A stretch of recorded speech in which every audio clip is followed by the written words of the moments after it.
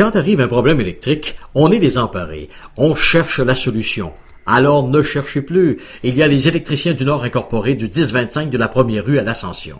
Notre spécialité, les installations résidentielles, commerciales et industrielles. Une équipe d'expérience qui est disponible pour vous avec 30 ans de présence dans le milieu. Vous le savez, on ne joue pas avec l'électricité. Confie le travail à des pros, les électriciens du Nord incorporés de l'Ascension au 347-5103, où on fait la vente d'équipements neufs et usagés. Les électriciens du Nord incorporés qui soulignent le mois de l'arbre et de la forêt. Le printemps est enfin arrivé et lorsqu'on veut se payer une bonne bouffe, on s'en va au restaurant Midas, où on sait qu'on va se faire plaisir. Que ce soit pour les déjeuners, la pizza, toujours excellente, ou encore le hot dog Midas. Si vous roulez vers Saint-Félicien, un arrêt s'impose au restaurant Midas, au 1084 route 169 à Saint-Félicien, au numéro de téléphone 88 679 0900. Le restaurant Midas félicite les jeunes du Cégep de Saint-Félicien pour le 40e anniversaire de fondation.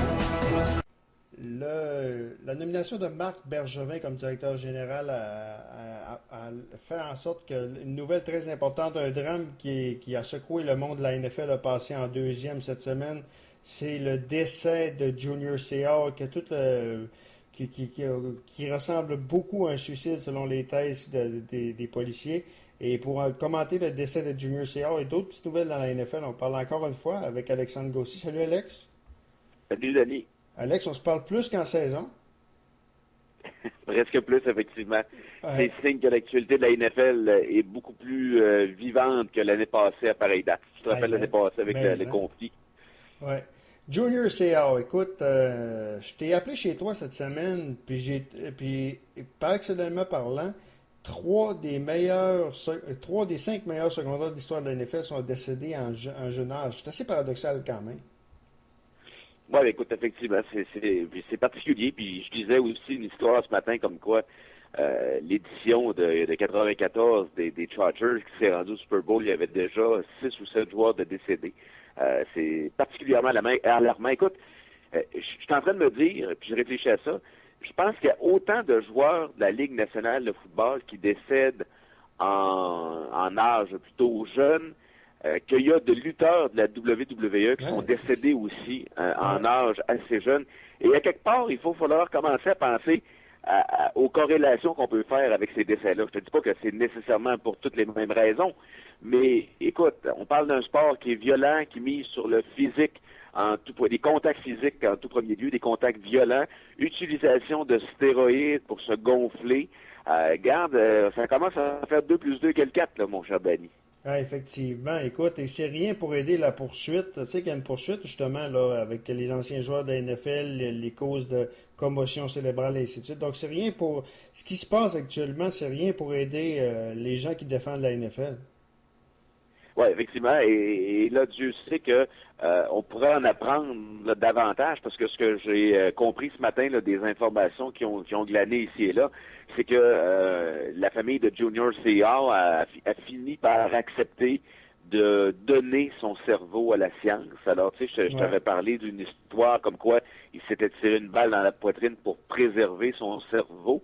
Remarque qu'il n'y avait pas eu d'informations vraiment après ça, là, à savoir que c'était vraiment pour cette raison-là qu'il s'était tiré une balle dans la poitrine. Alors là, ce qu'on apprend, c'est que la famille a accepté de donner son cerveau. Est-ce que c'est lui qui l'avait demandé dans un message qu'il aurait laissé? Est-ce que c'est ça qu'il avait déjà mentionné à sa femme avant de quitter ce bas monde? Écoute, on pourrait apprendre des choses fort intéressantes, Danny, là, sur l'autopsie du cerveau de notre ami Junior Seau. Mais bon, tu le places où, Junior Seau? Est-ce que tu le places comme le meilleur joueur de l'histoire des Chargers? Écoute, avant Dan Fouts? Écoute, difficile, Danny, de comparer un joueur défensif avec un joueur offensif. Je vais être obligé de te dire que la carrière de Dan Fouts a été superbe, probablement aidé là, par le système de jeu particulier de son entraîneur Ted Coryell. Là, on appelait ça le Air Coryell. Dan Fouts a beaucoup de talent et ça a été sans doute le meilleur joueur des Chargers. Au niveau défensif, là, Junior Seau, on s'entend que ça a été le meilleur joueur défensif des Chargers. Et sans doute, je te dirais, là, parmi les 10 ou 15 meilleurs secondaires là, de l'histoire de la Ligue nationale de football. Et évidemment, tu parles d'Eric Thomas, de Reggie White et ainsi de suite, là, et aussi Lawrence Taylor. Donc, faut pas... Écoute, Julius Hall, c'est un grand qui vient de nous quitter cette semaine de façon dramatique. Oui. Deuxième point d'actualité, ça brasse encore avec la NFL. On apprend aujourd'hui, on sait qu'il y a 4 joueurs des Saints qui ont été suspendus, entre autres Anthony Hargrove, Will Smith et Jonathan Vilma également qui fait partie des joueurs. C'est peut-être Vilma est peut-être le joueur le plus connu. Et là, on apprend aujourd'hui qu'il y aura un grief de déposé contre cette décision-là.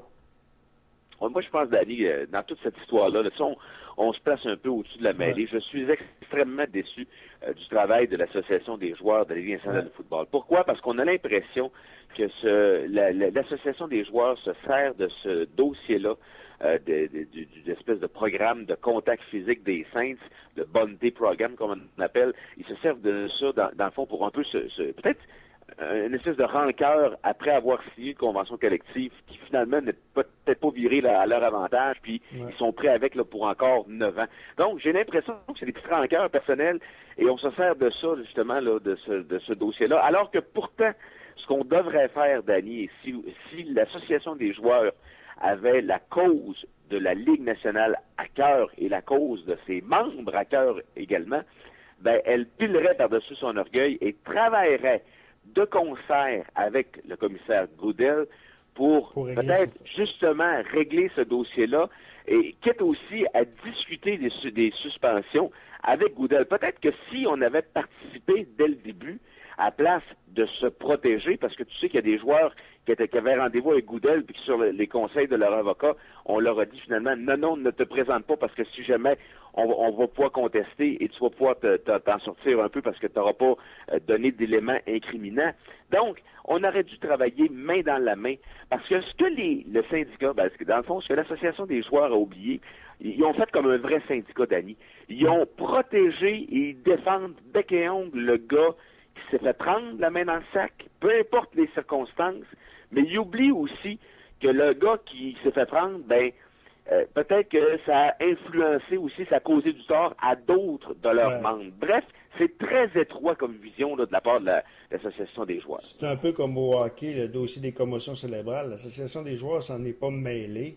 Et je trouve ça simple parce qu'à quelque part, c'est vrai ce que tu dis, Alex, parce qu'à quelque part, c'est tous les membres, c'est tous leurs membres, là. Ben, c'est ça.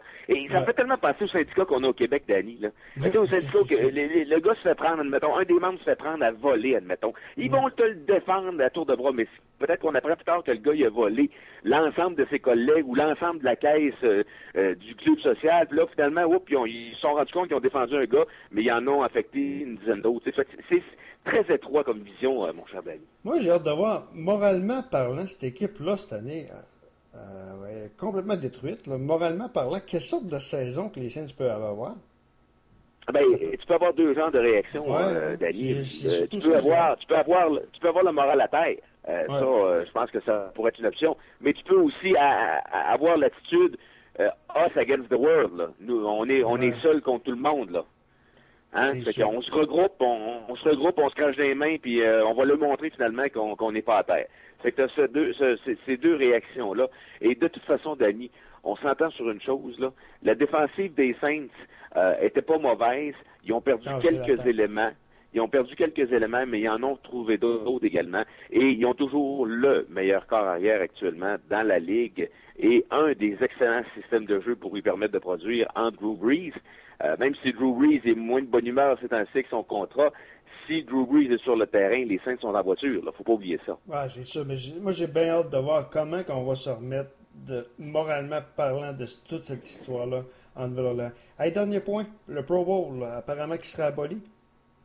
C'est une très, très bonne chose, Danny.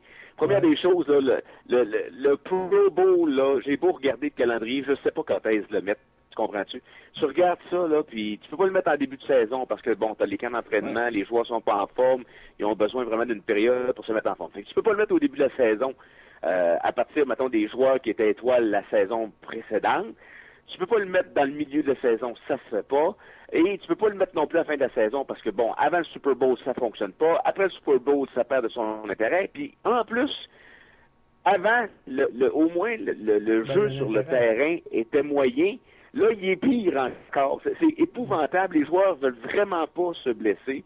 Et ça donne des situations tout à fait loufoques, comme j'ai regardé. Je me suis efforcé au moins de regarder un peu le Pro Bowl, le dernier Pro Bowl, et qui sera probablement le dernier Pro Bowl de l'histoire. Et c'était d'un ridicule consommé. Donc, moi, je suis entièrement d'accord à 110% que les joueurs ne disputent pas de Pro Bowl. Moi, je pense que simplement, Danny, de leur donner une mention toute étoile, un peu comme dans la NCAA, la fameuse mention All-American, moi, je pense que ça convient pour les joueurs de la Ligue nationale de football. Parce que là, on voulait le ramener, il y avait une pause, il avait été joué, je pense, à Miami, il a été pendant 2 ans à Hawaï, il était de retour à Hawaï, puis je pense que cette année, on voulait le ramener à Nouvelle-Orléans une semaine avant, puis ça faisait pas nécessairement l'affaire des joueurs, parce que à Hawaï, c'était comme une vacance, on emmenait la famille, on emmenait toute la petite gang, et c'est pour ça que les joueurs, ils décidaient d'y aller. Mais là, si on le ramène dans la même ville que le Super Bowl, c'est là ça perd un peu de son lustre pour les joueurs.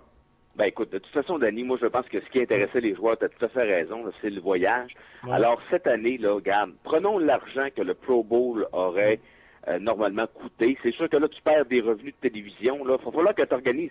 C'est clair que moi, je pense que le Pro Bowl, il va falloir qu'il fasse un événement. Qu'est-ce que ça pourrait être comme événement?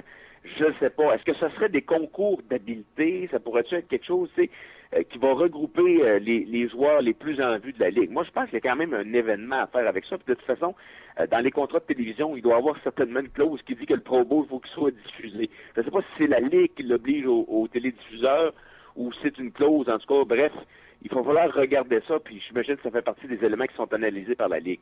Mais tu sais ça, qu'on prenne l'argent qu'on consacre au Pro Bowl, qu'on remette des bonnies aux joueurs étoiles, qu'on leur donne la mention, justement, toute étoile, ils vont porter ça tout au long de leur carrière. Comme ça va éviter que le 8e joueur sur la liste devienne un All-Pro, comme on appelle, là, qui fasse partie du Pro Bowl, alors que les 5 autres se sont désistés, et les 3 autres jouent dans les matchs de Super Bowl. Alors, ça va éviter ce genre d'affaires-là. Moi, je pense que c'est un amalgame de tout ça. C'est une grosse réflexion que la NFL doit s'imposer. Mais chose certaine, ce qui demeure, Danny, c'est qu'on ne peut plus présenter le produit qu'on a présenté la saison dernière. C'était d'un ridicule consommé. C'est un peu comme le match d'étoiles de la Ligue nationale de hockey. Ça n'a plus sa place. Ça a vraiment effectivement. Puis d'ailleurs, je te dirais que tous les matchs d'étoiles... Sauf le baseball. Faut qu'ils travaillent un peu là-dessus. Mais même le baseball. Le baseball, c'est sûr que le baseball, c'est pas un sport qui est physique, hein. Fait que c'est sûr que ça souffre moins. T'as raison là-dessus. Ça souffre moins. En plus, on a mis une petite clause qui dit que le vainqueur va pouvoir être l'équipe qui reçoit là, à domicile pour la Série mondiale. Ça, j'avoue aussi que c'est relativement brillant. Mais encore une fois, je te dirais, Danny, qu'on s'est questionné sur le baseball il y a de cela quelques années. Là, ça a repris un peu là une tangente à la hausse, mais on s'est questionné au baseball majeur. Ouais. Et il y a aussi le fait que la Ligue américaine contre la Ligue nationale, c'est toujours une rivalité au baseball, ce qui n'est pas nécessairement le cas dans les autres sports. Ouais.